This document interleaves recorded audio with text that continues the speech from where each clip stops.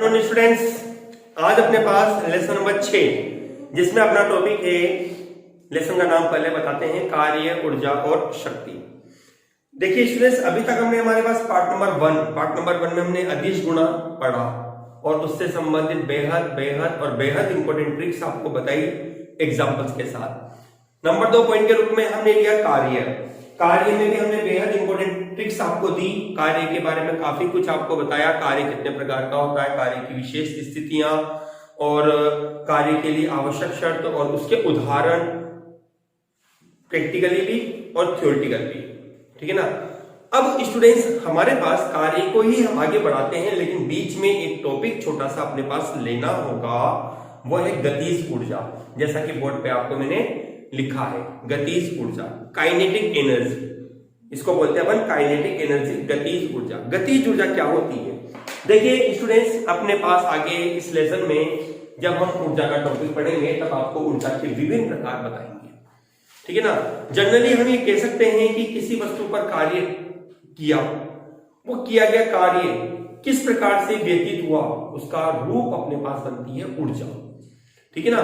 अब जैसे गतिज ऊर्जा मतलब किसी वस्तु में गति के कारण उसमें संचित ऊर्जा को उस वस्तु की गतिज ऊर्जा कहते हैं।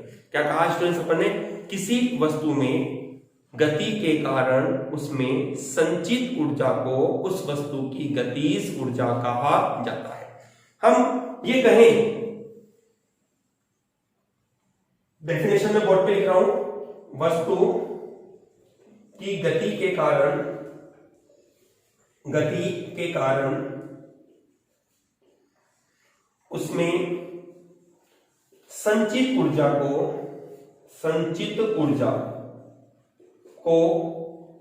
वस्तु की गतिज ऊर्जा कहते हैं, ठीक है। ये तो मैंने आपको लिखा गतिज ऊर्जा के बारे में कि गतिज ऊर्जा क्या है, आप इसे कैसे और किस प्रकार से आप इसको व्यक्त करेंगे। देखिए, इसे सामान्यतया इसे K या E द्वारा दर्शाते हैं,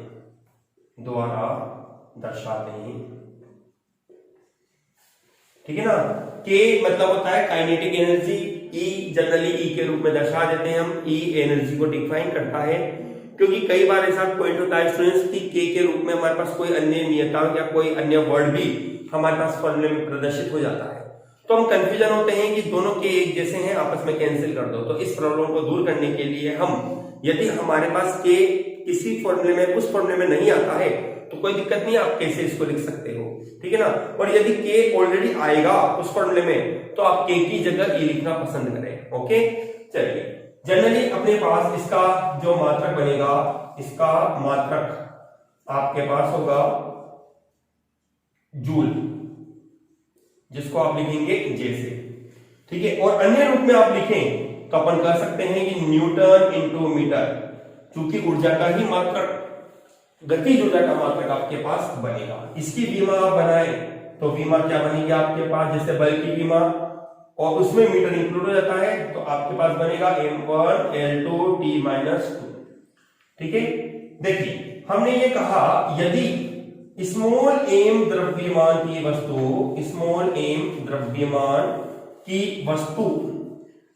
v वेग से गतिमान है, तो वस्तु की गतिज ऊर्जा आपको बनेगी, आप लिख सकते हैं K बराबर या E बराबर ½ mv²। ठीक है स्टूडेंट्स, ये आपके पास है गतिज ऊर्जा का सूत्र। एक महत्वपूर्ण बात है जिसको मैं स्टार के रूप में डाल रहा हूं, ध्यान से सुनना, ध्यान से समझना। देखिए, आप आगे जाके ऊर्जा को काफी रूपों में पढ़ेंगे, काफी प्रकार ऊर्जा के आप पढ़ेंगे।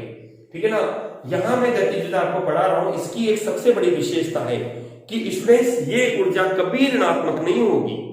मतलब यूं कह सकते हैं आप कि यह सदैव धनात्मक होती है।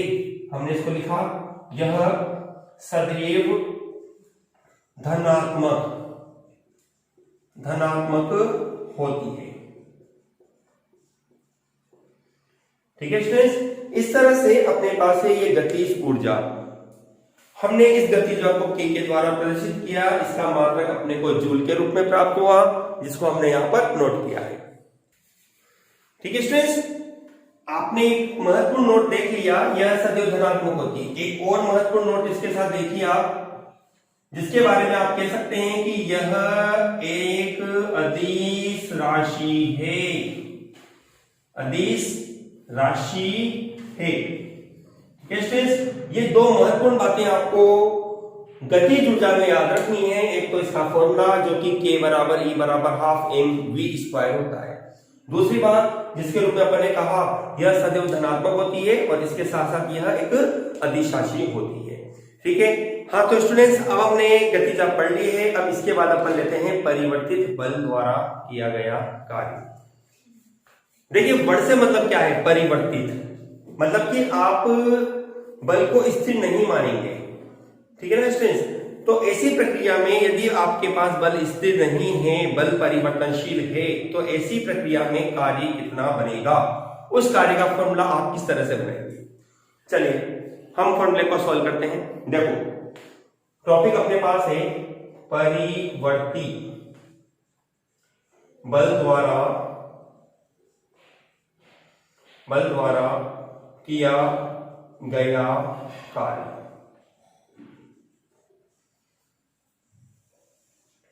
ठीक है, देखो हमने एक ग्राफ बनाया, यह जैसा कि आप जानते हैं ग्राफ में अपने पास दो अक्ष होती है।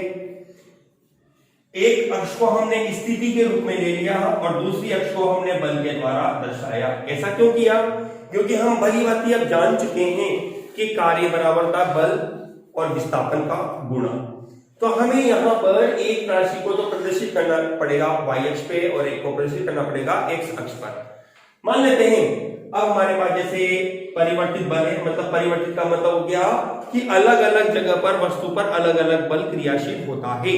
ठीक है ना, तो हमने कहा जैसे इस वस्तु को हमने इस तरह से गतिमान किया, ये वस्तु बिंदु A से बिंदु B पर जाती है। ठीक है ना, यदि अपन इसकी अवस्था निकालते हैं तो स्थिति निकालते हैं, तो हमने A से और B से एक अक्ष पर लंब डाल दिया, ये लीजिए। ठीक है, मतलब हमारे द्वारा जो कार्य किया गया एक्चुअल रूप में वो कार्य क्या बनेगा, देखो A, B, C और D। हम यूं कह सकते हैं कि वस्तु पर किया गया कार्य वक्र A, B, C, D, A के क्षेत्रफल के बराबर होता है। तो मैं इसको लैंग्वेज के रूप में भी लिखूं ना, तो अपन ग्राफ के आधार पर कहेंगे किया गया कार्य आपके पास बनेगा W बराबर वक्र आपके पास है A, B, C, D, A का क्षेत्रफल। ठीक है, लेकिन देखो अपने पास यहां कोई पर्टिकुलर शेप नहीं है। यदि जैसे यहां त्रिभुज होता या वृत्त होता या वर्ग होता या घन होता या घनाभ होता या कोई भी आकृति आपके पास होती, तो आप उसका क्षेत्रफल यहां पर आसानी से ज्ञात कर लेते हैं। लेकिन परिवर्तित बल है, किसी भी दिशा में जा सकता है। ठीक है ना, कभी घटता हुआ कभी बढ़ता हुआ, तो आप ऐसे कैसे करेंगे। ठीक है, तो इस वस्तु पर हमने कार्य करने के लिए हमने ये कहा इस पूरे कार्य को हम विभिन्न अल्पांशों में विभक्त कर देते हैं। ये लोग हमने इसको विभिन्न समान अल्पांशों में विभक्त कर लिया। ये अपने पास है बहुत सारे भाग से। ठीक है, इस तरह से आपके द्वारा कोई भी एक भाग का चुनाव आप कर लो। ये लीजिए मैंने इस भाग का चुनाव कर लिया। ठीक है, अब देखो मेरी प्रक्रिया को, मेरी घटना को समझना। मैंने इस पॉइंट को दिया पहली अवस्था है, इसलिए x1 और ये दूसरी के लिए x2 नाम दे दिया मैंने इसको, x1 और x2। देखो मेरे क्या कहा आपको, इस पूरे कार्य को आपने समान भागों में विभाजित कर दिया। कितने भाग बने, 1 2 3 4 5 6 7। उदाहरण के तौर पर मैं समझा रहा हूं आपको, सुनना ध्यान से। 7 भाग बने। अब मैंने आपसे कहा कि यदि मैं इस भाग का कार्य आपको दे देता हूं तो आप क्या करोगे, 7 से गुणा कर देंगे, क्योंकि प्रत्येक भाग का क्षेत्रफल आपने क्या बोला, बराबर है। ठीक है ना। तो हमने कहा कि 1 2 3 4 5 6 7 भाग आपके पास है। यदि हमने कहा एक भाग का कार्य 2 जूल है तो 7 का कितना होगा 14 जूल। ये लीजिए आपका आंसर आ गया। ठीक है, लेकिन आप इसको कैसे ज्ञात करेंगे, क्योंकि हमारे पास ये तो हमने उदाहरण लिया है आपको समझाने के लिए। हमारे पास जो मान दे रखा है वह एक पदीय रूप में चर राशि के रूप में मान आपको दे रखे हैं X Y Z T W theta, जो अपन कहते हैं चर राशियां, उनके रूप में आपको मान दिया गया है, जिनको हम सॉल्व नहीं कर सकते। इनका कोई परमानेंट फिक्स मान अपने पास प्राप्त नहीं होगा। ठीक है ना। परमानेंट फिक्स मान प्राप्त होता है केवल न्यूमेरिकली नंबर का। न्यूमेरिकली नंबर से मतलब होता है जैसे 1 2 3 4 1/2 √3/2, इनका तो मान हम ज्ञात कर सकते हैं। लेकिन कोई एक्स वाई या जेड में कोई समीकरण कोई सूत्र अपने पास होता है तो हम उसको यहां सॉल्व नहीं कर सकते। ठीक है स्टूडेंट्स, तो हम क्या करें, हम यहां पर इस संपूर्ण भाग का कार्य ज्ञात करने के लिए हमने ये कहा कि भाई इस एक अल्पांश भाग को मैं नाम देता हूं पी क्यू आर एस। ठीक है ना। तो देखो मैंने क्या कहा कि अल्पांश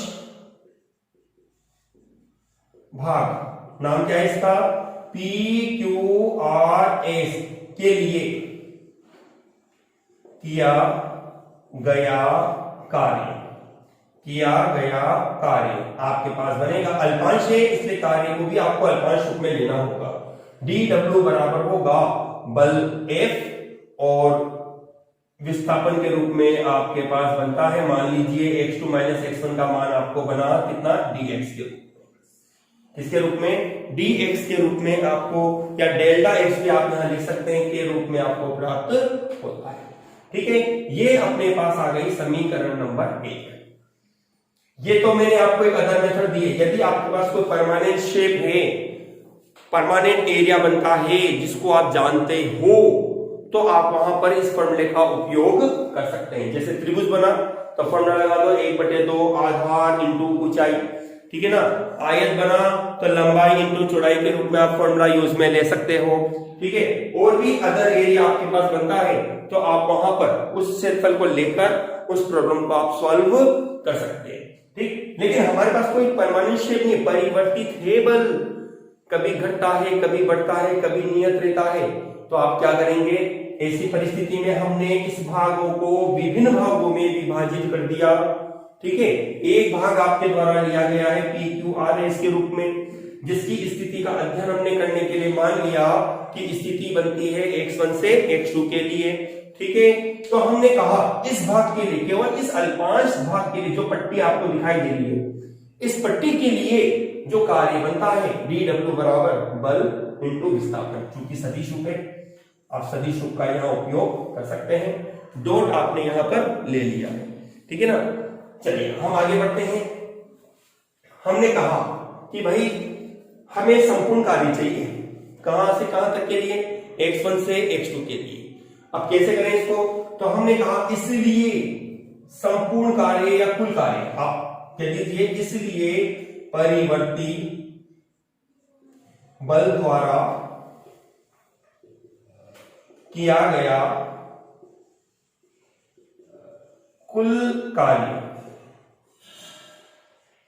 इसको स्टूडेंट्स थोड़ा इस चीज का ध्यान देना, ये x1 x2 आप इसको प्रथम और लास्ट मान लो, x1 और x2।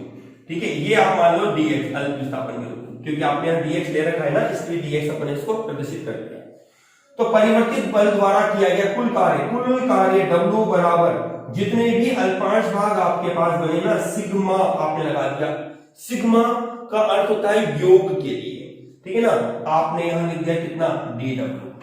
ठीक है, अब आपको योग करना है कहां से कहां तक के लिए, x1 प्रारंभिक से लेकर अंतिम के लिए। तो निम्न सीमा के रूप में होगा x1, अंतिम सीमा के रूप में बनेगा x2 के रूप में। ठीक है, आपने वैल्यू रखी। ठीक, w बराबर कितना हो जाएगा, सिग्मा f और dx। सदिश चिन्ह की जरूरत नहीं है क्योंकि आप इसको चेंज करने जा रहे हो, इसलिए x1 से x2। ठीक है, आपने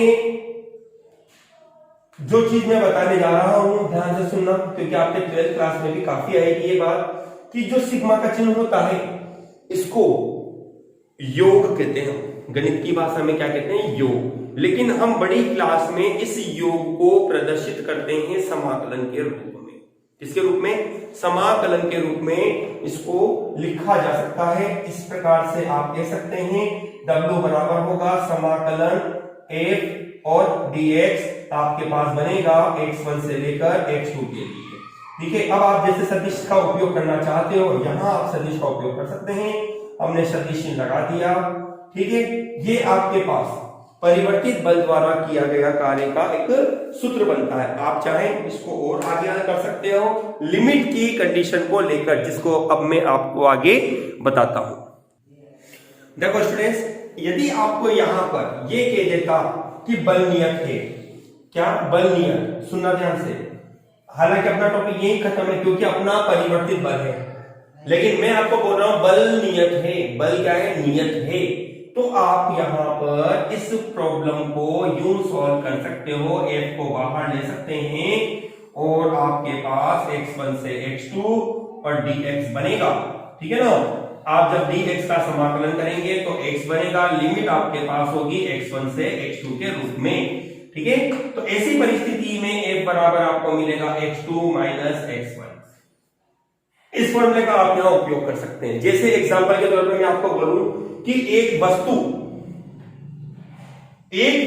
5 न्यूटन बल से प्रभावित होती है, 5 न्यूटन बल से प्रभावित होती है और अपनी स्थिति को 10 मीटर से लेकर 25 मीटर के मध्य ले जाती है। 10 से लेकर 25 मीटर की दूरी पर ले जाती है। तो वस्तु पर किया गया कार्य क्या होगा, देखो बहुत इजी हो गया। W बराबर बल F का मान है 5, स्थिति परिवर्तन दे रहा है 25 से 10, मतलब 10 से 25, तो अंतिम स्थिति माइनस प्रारंभिक स्थिति, तो 5 इंटू 15, 15 पंजे 75 जूल आपका आंसर आएगा। इस तरह से आप यहां परिवर्तित बल के द्वारा किया गया कार्य का एक आवश्यक सूत्र प्राप्त करते हैं। लेकिन हाँ, जैसे स्टूडेंट के दिमाग में बात आती है कि सर यदि बल एक नियत नहीं दिया गया हो तो आप क्या करेंगे। देखिए, ऐसी स्थिति में यह प्रॉब्लम जब आपके द्वारा उपयोग में ली जाती है तो केवल कैलकुलेशन में होगी, गणना मतलब किसी फॉर्मूले को डिराइव करने में होगी। ठीक है ना, किसी फॉर्मूले को डिराइव करने में होगी, क्योंकि वहां पर आपको बल F का जो मान देगा ना वो x के पदों के रूप में देगा। किसके रूप में, x के पदों के रूप में। जैसे मैं एक एग्जांपल लेता हूं आपको इस प्रॉब्लम को सॉल्व करने के लिए केवल। ठीक है, इस प्रॉब्लम को सॉल्व करने के लिए मैं आपको एक एग्जांपल देता हूं, सुनना ध्यान से आप। मैंने ये कहा आपको कि यदि क्वेश्चन है आपका ये, यदि वस्तु पर एक बराबर, मैं मान लेता हूं x² + 1 न्यूटन का बल, स्थिति x बराबर 1 मीटर से x बराबर 2 मीटर के मध्य क्रियाशील होता है,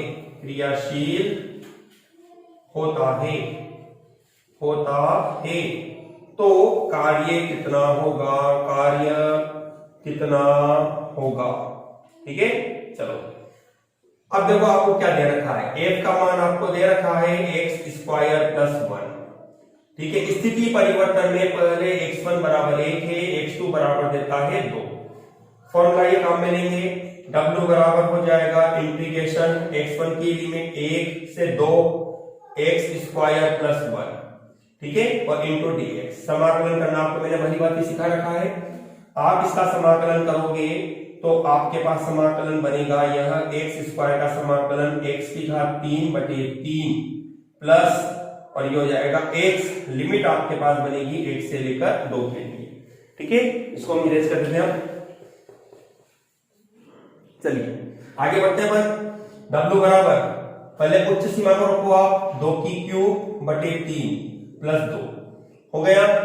अब -1⁵3 माइनस 1, माइनस इसलिए क्योंकि ब्रैकेट के बाहर माइनस का साइन आपके पास बना हुआ है। इसको अपन हल करते हैं, 2⁵3 का मतलब हो गया 8/3 प्लस 2 -1/3 माइनस के 1, हम इसका लेते हैं एलसीएम।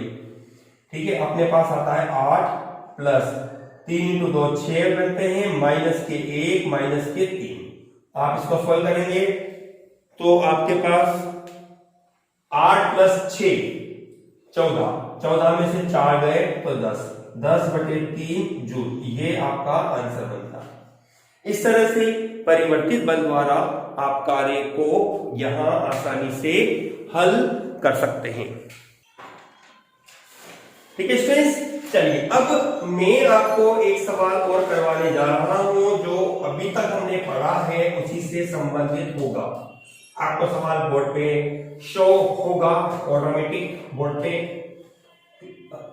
आप बोर्ड पर से उस क्वेश्चन को नोट करते चले जाएं। मैं आपको पढ़ रहा हूं जिसमें आपको क्या कहता है, यह बोर्ड पे शो होगा आपको।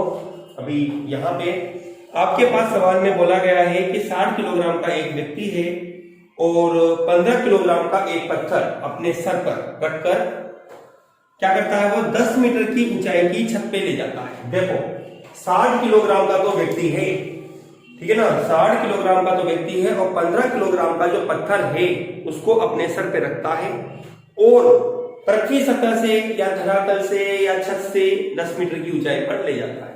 तो अपन ने कहा, आपको जो सवाल में दे रखा है वस्तु का द्रव्यमान, वस्तु का कुल लगा दिया मैंने, कुल द्रव्यमान आपके पास बन जाता है m बराबर 60 प्लस 15, मतलब कि m बराबर हो जाता है 75 किलोग्राम। ठीक है ना, यह पत्थर को ले जाता है 10 मीटर की ऊंचाई पर। ठीक है, तो अब ये कहना चाहता है कि क्षैतिज दिशा में, बाद की बात है, मतलब पहले तो ये क्या है, इतनी ऊंचाई पर चल रहा है, कितनी ऊंचाई पर, 10 मीटर की ऊंचाई पर, फिर बाद में ये 5 मीटर चलेगा। तो पहले तो अपने को ये पता करना है कि ये कार्य कितना होगा। ठीक है, हमने हमारे पार्ट नंबर 2 वीडियो में बताया था कि जब वस्तु को ऊपर की ओर फेंका जाता है या ऊपर की ओर ले जाया जाता है तो ऐसी परिस्थिति में वस्तु पर जो कार्य किया जाएगा वो आपके पास बनेगा mgh के रूप में। तो हमने कहा इस प्रकार किया गया कार्य W बराबर होगा mgh। m आपके पास है 75, g आपके पास सुविधा के लिए अपन 10 मान लेते हैं, h अपने पास है 10। ठीक है, अपने पास बनता है 7500 जूल।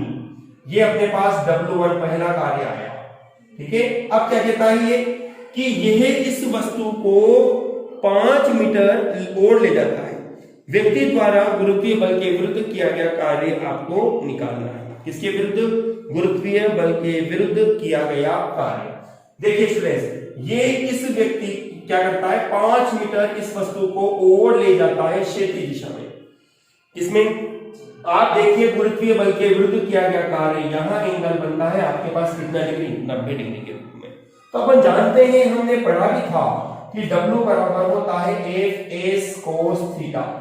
ठीक है, यहां आपके W2 कार्य है आपके पास, W2 बराबर हो जाएगा F(s) cos 90 डिग्री। ठीक है, और cos 90 डिग्री की वैल्यू 0, तो ये पूरा मान आपको बन जाता है 0। इस प्रकार कुल कार्य W बराबर होगा W1 प्लस W2। W बराबर आपको मिल जाएगा कितना, 7500 जूल। ये आपका आंसर बनता है स्टूडेंट्स। इस तरह से आपका ये क्वेश्चन कंप्लीट होता है। स्टूडेंट्स, वीडियो को पूरा अवश्य देखें और लास्ट तक कंप्लीट देखें। चैनल को लाइक, शेयर और सब्सक्राइब अवश्य कीजिए और अपनी कॉपी में इन सभी क्वेश्चनों को नोट जरूर कीजिए स्टूडेंट्स। Thank you students.